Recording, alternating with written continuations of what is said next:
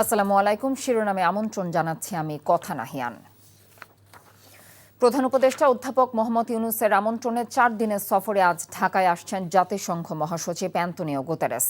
আজ বিকেলে বিশেষ বিমানে ঢাকার হজরত শাহজালাল আন্তর্জাতিক বিমানবন্দরে অবতরণ করার কথা রয়েছে তার। পররাষ্ট্র উপদেষ্টা তৌহিদ হোসেন বিমানবন্দরে তাকে স্বাগত জানাবেন। আগামীকাল প্রধান উপদেষ্টার সাথে বৈঠক করবেন মহাসচিব গুতেরেস। পরে বাংলাদেশ বিমানের একটি বাণিজ্যিক ফ্লাইটে তারা দুজন একসাথে কক্সবাজার যাবেন। সেখানে তারা রোহিঙ্গা শরণার্থী শিবির পরিদর্শন করবেন এবং সন্ধ্যায় লাখো রোহিঙ্গার সাথে একসাথে ইফতার করবেন।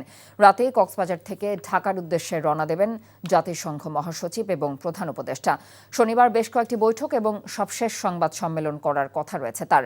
রোববার সকালে ঢাকা ছেড়ে যাবার কথা রয়েছে জাতিসংঘ মহাসচিবের। সাভারে একটি সড়ক নির্মাণে অনিয়ম এবং নিম্নমানের কাজের অভিযোগে মানববন্ধন করেছে এলাকাবাসী। সকালে তেঁতুলঝোড়া ইউনিয়নের ভাওয়ালিয়াপাড়া এলাকায় এই মানববন্ধন করেন তারা। এলাকাবাসীর অভিযোগ, ভাওয়ালিয়াপাড়া থেকে নয়াপাড়া ব্রিজ পর্যন্ত স্থানীয় সড়ক অবকাঠামো কাজে ব্যবহার করা হচ্ছে নিম্নমানের উপকরণ। এই ব্যাপারে কর্তৃপক্ষের দৃষ্টি আকর্ষণ করে মানসম্পন্ন কাজ নিশ্চিতের দাবি জানিয়েছেন তারা। আন্তর্জাতিক ক্রিকেট থেকে মাহমুদুল্লাহ রিয়াদের অবসরের ঘোষণার পর থেকে সতীর্থদের অভিনন্দন, ধন্যবাদ এবং কৃতজ্ঞতার বার্তায় ভেসে যাচ্ছে সামাজিক যোগাযোগ মাধ্যম।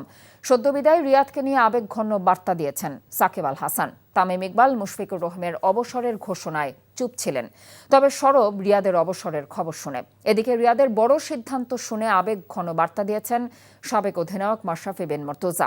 মাঠের ক্রিকেটে রিয়াদকে কিংবদন্তি আখ্যা দিয়েছেন তিনি। বাদ যাননি তামিম ইকবালও। দীর্ঘদিনের সতীর্থদের জন্য শুভকামনা জানিয়েছেন তামিম। অসংখ্য স্মৃতি দিক নির্দেশনার জন্য রিয়াদকে ধন্যবাদ জানিয়েছেন সদ্য ওয়ানডে ক্রিকেটকে গুড বাই বলা মুশফিকুর রহিম। তাসকিন আহমেদ, মেহেদী হাসান মিরাজরাও রিয়াদের প্রতি কৃতজ্ঞতা জ্ঞাপন করেছেন। শিরোনামে এটুকু। এই খবরের ভিডিও সহ আপডেট জানতে ভিজিট করুন এনটিভি অনলাইন www.ntvbd.com। এছাড়াও এনটিভির জনপ্রিয় সব অনুষ্ঠান এবং খবরের আপডেট জানতে ভিজিট করুন আমাদের ইউটিউব এবং ভেরিফাইড ফেসবুক পেজ। 12টার মধ্যাহ্নের খবর দেখার আমন্ত্রণ রইল। ধন্যবাদ সবাইকে। এই ঈদে জামা জুতো অ্যাক্সেসরিজের ডিসকাউন্ট।